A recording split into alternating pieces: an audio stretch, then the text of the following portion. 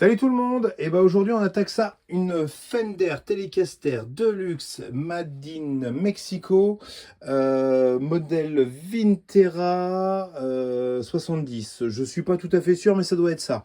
Pourquoi l'inspiration 70? On est là avec ce fameux talon avec le 3 screw bolt tilt neck, de mémoire ça doit être à peu près comme ça qu'on dit. C'est surtout que c'est la plaque, le talon avec 3 vis, où on voit le petit trou qui est ici qui permet de passer une clé Allen et de gérer l'inclinaison du manche. Alors moi je l'utilise pas dans le sens où ça fait juste une petite vis qui va pousser un endroit. Moi je préfère vraiment à l'ancienne utiliser des pièces de bois, du plaquage qu'on va mettre sous le manche pour gérer l'inclinaison s'il y a besoin et avoir une meilleure surface de jonction entre le manche et le corps.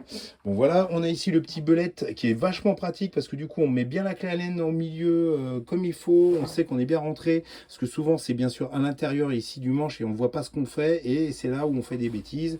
Et là, au moins, on ne peut pas faire de bêtises. C'est vraiment très, très visuel.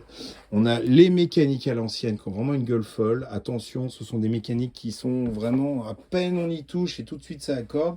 Donc elles sont très sensibles, mais elles ont une gueule folle. Les micros wide range avec cette inspiration Gibson du sélecteur 3 positions, 2 volumes de tonalité et le manche érable, moi j'adore avec les finitions de vernis qui sont pas toujours folles mais c'est comme ça.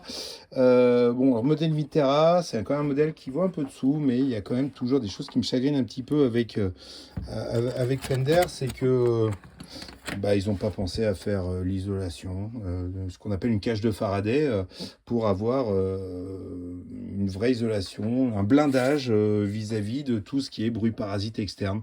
Alors dès le moment où vous allez jouer avec du volume, avec du numérique, avec de la saturation, ça risque de buzzer, ça risque d'être assez gênant. Et surtout qu'en plus, pour pas trop s'embêter, ils ont fait des câbles d'une longueur folle pour pouvoir travailler avec la plaque à côté de la guitare. Mais en réalité, ça fait des belles antennes, même si c'est du câble blindé. Donc on s'est mis d'accord avec le propriétaire, je vais installer du cuivre, je vous ferai peut-être des petites vidéos ou des photos pour vous montrer ce que ça donne, et peut-être que je vous ferai à la sortie une petite démo de cette guitare. Moi j'adore vraiment le modèle, c'est très très sympa. Il y a un peu de boulot dessus, notamment resserrer un petit peu les vis, il y a eu du bricolage, donc du coup on va reprendre tout ça, et cette guitare devrait logiquement, au niveau fonctionnel bien sûr, elle devrait être en meilleur état qu'à la sortie de l'usine. Le propriétaire devrait être content. Allez, à très bientôt.